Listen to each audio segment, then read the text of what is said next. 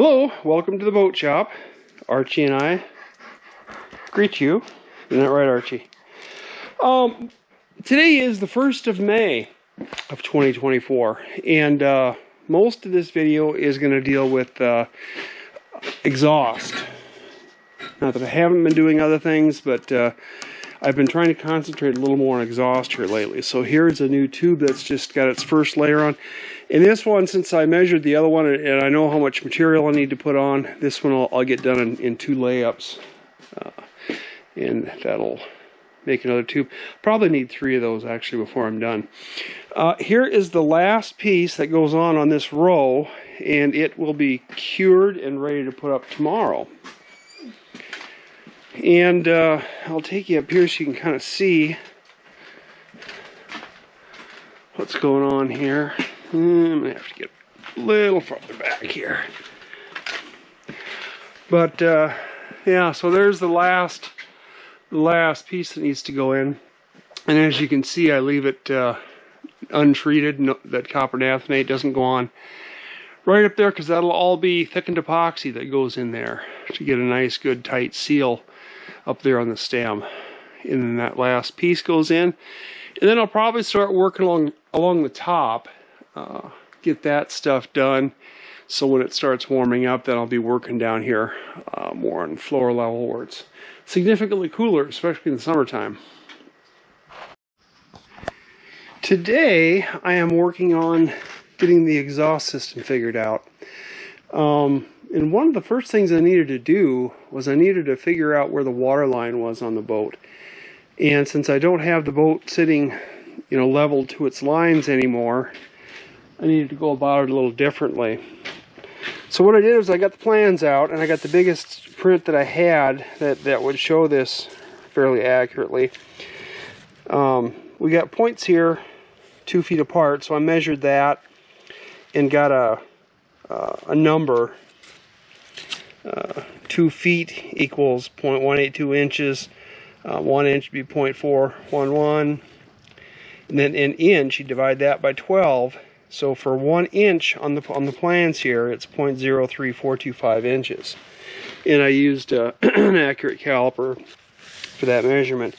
And then I came in here where the exhaust has got to go through the boat, and this is the water line here. And I measured up from the chine to get the water line. I measured this little distance right here between here and here. And that gave me in inches. Now that should be really close. Since I'm building this boat a 1/2 inch bigger on each side, because I'm putting a 1/2 inch of plywood on there, I measured from on the top of this piece of plywood for the chine mark. And so I got a water line that's showing right here. And yeah, that should be pretty close. Now, obviously, we don't know exactly how the boat's going to sit in the water. We don't know how it's going to be weighted. If we have empty fuel tanks and empty water tanks and not a lot of people and equipment on board, she's going to be, even lower yet. But if we load her up heavy, full of people and fuel and water and equipment and God knows what else, she could ride down. I'm going to tell you a little story here about what George had talked about on these boats, on these 48s. Somebody had built a 48 out of steel, and however they built it, I don't know. George didn't have specific plans for the 48s in steel at that time, and so how they built it, I don't know. Maybe they built it a little bit too much or whatever, but the boat is supposed to come in at 51,000 pounds, and this boat made out of steel came in at over 70,000. And it was running a foot lower on the water line than it was supposed to. Now, it was 20,000 pounds overweight, so it was running a foot instead of running here. It was running, here. And he said the boat performed fine even at that. With 20,000 pounds extra weight on the boat, it still performed fine. But he redesigned the 48s to be built in steel and called them the Evolution series of boats, or designs. And he widened them a little bit back here, gave them a little more displacement, give them a little more load carrying capabilities. So, I mean, and that's something that I want to think about here when I'm trying to establish where I want to put the exhaust outlets on here. I mean, had that guy that built that 70-footer put his exhaust coming out, you know, typically where you would on a 48, they would have been underwater. So it doesn't really matter. You can go as high as you want with them, but then you're pumping the water up higher, and everything's got to be moved up inside. And I'll show you that here in just a little bit. But so you don't want to go nuts. He's talking normally, and not just him, but other, you know, boat designers, engineers, and so forth have talked about 2 inches minimum. You can actually have from the water line. The exhaust should be 2 inches above the water line. Now, they said you can actually, if you overload the boat a little bit, if you go down an inch, if there's an inch of the exhaust underwater, that's okay. But still, I don't want to get too carried away here. I want a little bit of fudge room in case we have a heavily laden boat. We want a little fudge room here. So here's my point that I came up with. And this would be the 3.5-inch pipe here. This would be the center of the 3.5-inch pipe here. So that gives me a good 6 inches to work with. So if we're going by what George talked about in that other boat, that one that was built out of steel, 20,000 pounds, put it a foot lower in the water, 6 inches should give me 10,000 pounds of extra weight carrying capacity, or going over limit by 10,000 pounds. Do I think that's going to happen? No, I'm sure it probably won't, but it would be nice to be able to have that cushion should we need it. So anyway, that's how I came up with where to find the water line. And I did have the water line marked on the boat earlier, and I had lasers set up in here and ran and everything. And this looks really good compared to what memory, if memory serves me. But yeah, so for now, we're going to have to get close. And by having 6 inches plus of leeway there, that gives us a little fudge room too, if something else isn't quite right. But anyway, I'm going to go up in the boat and show you what's been going on in there. All right, so here is the Beta Marine user manual, and they talk about in different installations for the exhaust system. And this would be an exhaust system with your conventional a motor above the water line type of deal, but you need that 30 centimeters or whatever that is, 14 inches, 15 inches maybe. You need that bend up above the water line. And if you can't do that, then you've got to put this vented loop in, which I think is the way we're going to have to go. Now, I did go with the high-rise exhaust elbow on this engine, simply because I knew we were going to have issues with that. And yeah, it was like a $1,000 option. But anyway, I did go with that, but it's still not going to be enough. So I'm pretty sure we're going to have to use this down here. But here more specifically is from David Gare's book, talking about the North Sea exhaust system. And you can see this is just a pipe that runs across midships and out either side of the hull, port and starboard. Here's your engine, goes down to the water lift, comes up and goes in there. We need 9 inches minimum of drop between the top of the gooseneck, dropping down to the transverse exhaust pipe there. So we need 9 inches minimum there. And we cannot exceed 42 inches in height from the bottom of the water lift to the top of the gooseneck. So keep those numbers in mind. And now here is what we've got back here.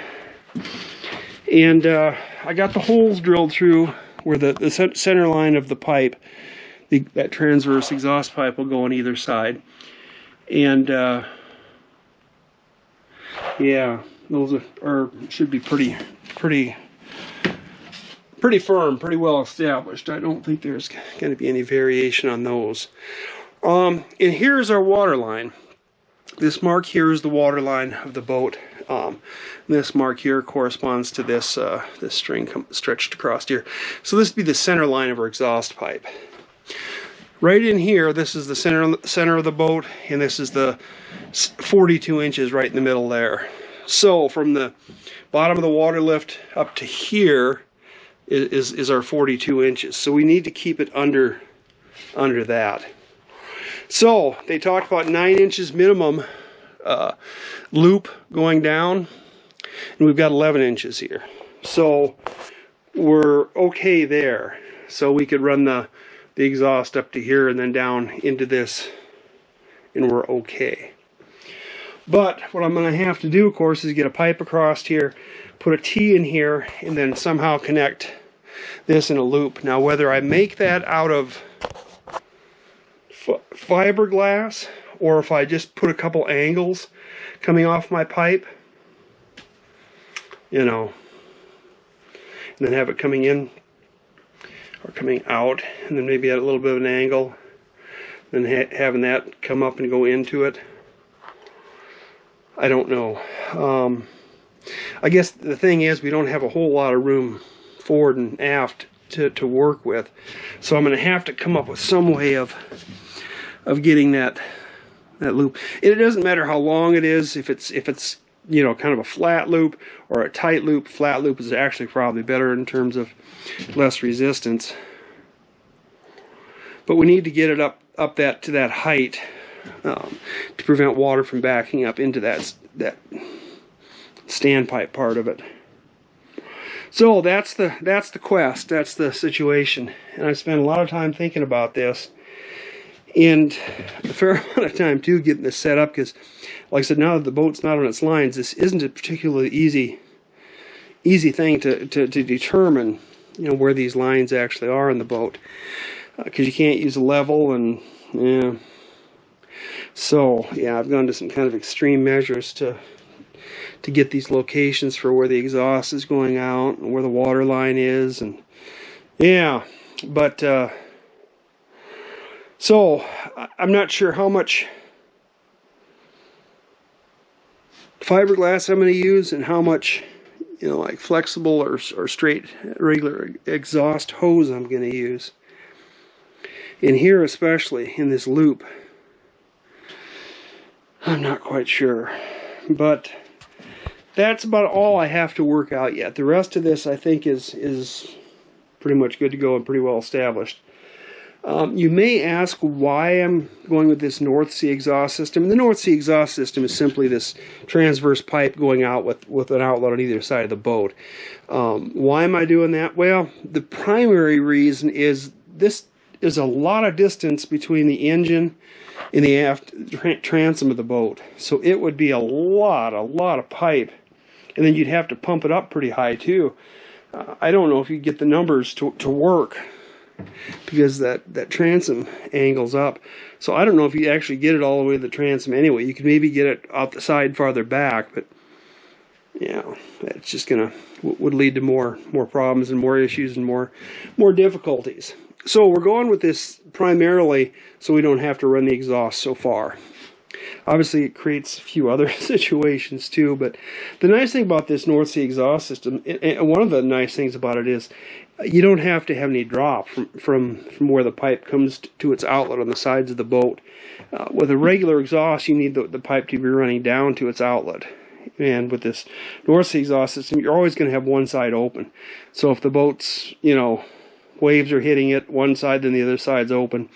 If the boat's rocking, one side's underwater, the other side's out of the water. So, yeah, and it also reduces back pressure, because normally you're going to have two outlets open all the time. So that helps in that respect too. But, yeah, so you can see I put the floor back in here. I also changed this around here so I can get at this hatch here to get at my my shower sump pump here. Otherwise, I was going to have to slide some of these other boards out of the way to get that in and out of there. And I thought that's something you might need to access a little more frequently. So I should make that a little easier to get to. But yeah, that's where we are today anyway. There is one more aspect of the exhaust system that I thought I should talk about while I'm at it. And that is why I did not choose to go with the dry exhaust. You know, there's a bunch of reasons, pros and cons both ways. David Guerre in his book actually weighed all those and gave them a rating, and he came up with a formula, and the wet exhaust beat out the dry exhaust. But a couple of the main points that I'm going to make here is, one, with the dry exhaust, you need to have an enclosure around the pipe coming up out of the boat. And that actually takes up a lot of room inside the boat to have this ventilated stack going up and out the, normally through the pilot house roof or whatever the case is. But it takes away a fair amount of interior space. And that's a drawback. The other thing is, one of the advantages to a dry exhaust is you're not pumping raw water in the boat. Well, that's true, but with the dry exhaust stack, now you need to have a keel cooler. So you're going to have a couple of hull penetrations below the water line for the keel cooler, and then the keel cooler, of course, is susceptible to possible damage, and so there's issues there too. You don't get anything for nothing. So yeah, those are a couple of them. Another one is the noise issue, and that's a big one for me. A wet exhaust is by far the quietest exhaust system, and having a long-range boat like this, a long-range passage maker, so to speak, the last thing you really want is, more noise. That was one of the reasons why we went with the Aquadrive mounting system to reduce vibrations in the boat to make it more comfortable, and then the wet exhaust will be much quieter as well. Another thing too is soot. With the dry exhaust, you've got soot coming up, and you're always going to get some of that soot falling back down on the deck, especially if you've got wind behind you at all. And then you've got a whole deck to clean. Now, yeah, you do have one more place on the side of the hull that you may have to clean, some exhaust scum from, but yeah, I can't imagine that's going to be a huge deal. But another thing too with the dry exhaust is it's no cheaper. By the time you add a keel cooler and then all the lagging, the insulation around the pipes, then you have to have a gooseneck on the bottom of the system to drain water out, and a little trap to drain water out of the exhaust pipe, because you can potentially get water, blowing in the exhaust pipe. Even if you have a clapper on it or have it angled, you can still get water in there, and you have to have some way of draining that water out. So that's something that has to be built into it. You can't rigidly mount it to the boat, so you have to have a flexible coupling of some sort, and that means some exotic metals normally that, even exotic as they may be, those flexible steel or metal couplings, not steel probably, maybe stainless steel, but those couplings are expensive, and they still break, so there's issues there too. But I guess the big ones would be the sound level, and the space being used up inside the boat for me. But sound is a real big one. Wet exhaust systems, and like I said, David Guerre made the points very clearly in his book, and he felt that for almost all situations, short of a work boat, he felt that the wet exhaust was the best option. And I initially wanted to go with the dry exhaust. I thought, oh, well, that's simple, it's easy, it should be inexpensive, and you just stick a pipe up out of the boat, right? Well, it's not quite that simple, not quite that easy. The keel cooler deal alone is kind of a deal breaker. You'll spend as much buying a keel cooler. Now, that's not to say you couldn't make one out of steel pipe or whatever, but if you go to buy a keel cooler, you'll spend as much on that keel cooler as you will on the whole wet exhaust system combined. I'm not counting all the pipe and everything else you got to run on a dry exhaust system. So that was the last little tidbit there I thought I should give you, because some of you are probably wondering why I didn't, since I'm talking about exhaust, why I didn't go with the dry exhaust. And those would be the reasons.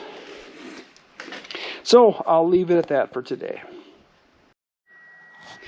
And I wanted to talk just a little bit more about the exhaust system here in the engine room. And here's the first tube that I made, 1/8 inch wall thickness, and Yeah, they are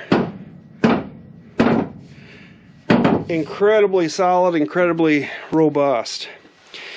One of the problems I got back here is, and I knew this even in before I started building the boat, I was going to have this issue. There's no way to get hose clamps on exhaust pipe or anything way inside there, unless you got a skinny 9-year-old that you can lend me. Yeah, so I don't know. I think it might be possible to put the through hull, you know, on the outside, and then stick a hose on there. You know, actually, what's going to happen here is I'm going to have obviously a through hull and exhaust port going through there, and that'll stick into the boat several inches, and then we'll have some exhaust hose on there, wet exhaust hose on there, that plastic, or not plastic, rubber stuff, reinforced rubber, and then we're going to have a fiberglass tube that comes out to here. And then we're going to have another fiberglass tube that goes across the middle here that'll have a T in it that comes up and out and goes down into there. So we're going to have to have another piece of rubber in here. But I think maybe what I can do is put on this piece of fiberglass that goes in here, I can put the rubber hose on there, put the one clamp on, well, 2 clamps on, but put a clamp on the one end, and then get the clamps maybe situated on that tube, and then push it on to the through hull, and then perhaps come up from above with some long extensions to tighten those down, tighten the hose clamps down on the through hull. If not, I'm going to have to cut an access port back in here somewhere in this wall here, this bulkhead, which is what I expected I was going to have to do. That was the plan initially, but I'd like to avoid that if possible. So, if I have to, I will. Otherwise, if I can get the tubes, or the hose pushed on there with the clamps kind of positioned properly, and then get an extension in down there, I don't know. We'll see how that goes. But of course, that'll just get duplicated over here. So this will be fiberglass tube in here. You can kind of picture this fiberglass tube in here, in there like that, and then we'll have a T right about where my hand is, and it comes up, and then we'll run alongside the pipe and down into the exhaust, and that will give us our minimum of 9 inches of rise, or drop from the outlet to the T in the cross pipe. So that's the plan. Again, I had looked for exhaust ports, 3.5-inch exhaust ports, and I looked everywhere, and there are a couple available.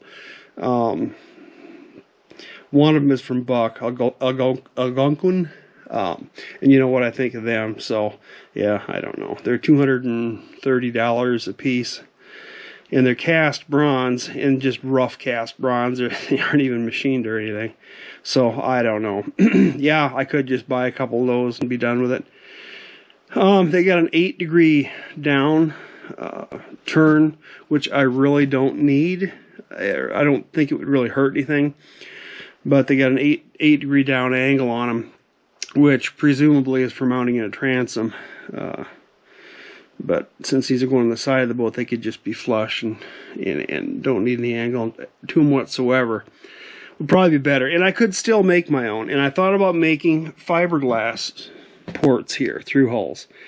And that's certainly an option. And you can buy them, not in 3.5-inch, but you can buy them.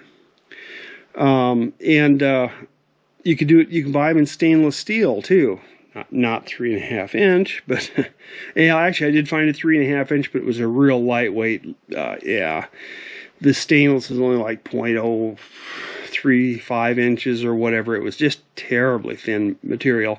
I would never trust that. The advantage of going with like a cast bronze is that you've got that through hull is going to protrude out just a little bit on the side of the boat, and if you run into something, if you rub up against something, if it's thin metal or plastic or whatever, you could easily bend it or tear it off. Even fiberglass wouldn't be the best there for that. It would be better than, I think, that thin stainless steel. But anyway, so we'll see about that. I still haven't decided yet. I don't know. I think what I'm going to do is drill these out to 3.5 inches, and then we'll run my pipe through there without ports on there just yet, just to get things figured out. I'll leave these tubes a little bit longer. So they'll wind up where they're going to end up here, but just leave them a little longer so they stick out there so they're supported. And then I'll start working on creating this this U-bend in the pipe here and then the outlet. Actually, what's going to happen here is this will be fiberglass going up and in and out, and then I'll probably use a piece of flexible exhaust hose between the end of the U-bend up here and that down there. I think we'll be able to make that work pretty well. And in fact, you're actually not supposed to, rigidly mount the fiberglass or solid tube anywhere. You're supposed to have sections of exhaust hose in there for vibration resistance. But I spent an inordinate amount of time on the internet last night again looking for outlet ports for the exhaust in 3.5 inch, and almost anything. I couldn't even find 3.5 inch 3/16 stainless to make something. Nobody has 3.5 inch 3/16 stainless. You can get it in 304 and I think 321, and 304 would work. No, it's not going to last forever, but providing you keep an eye on it, would probably work all right. And I mean, you could replace them 10 years down the road when you do a haul out or whatever, but still, you'd rather go with something that's not going to corrode, not going to give you problems. And fiberglass is not going to corrode at all, nor is this exhaust hose. So technically, anything and everything I'm doing here, providing it's not physically damaged, should last pretty much forever. And of course, that's the idea, or that's the hope anyway. But I'll leave it at that for today. But that's my thoughts on where things are going with the exhaust system.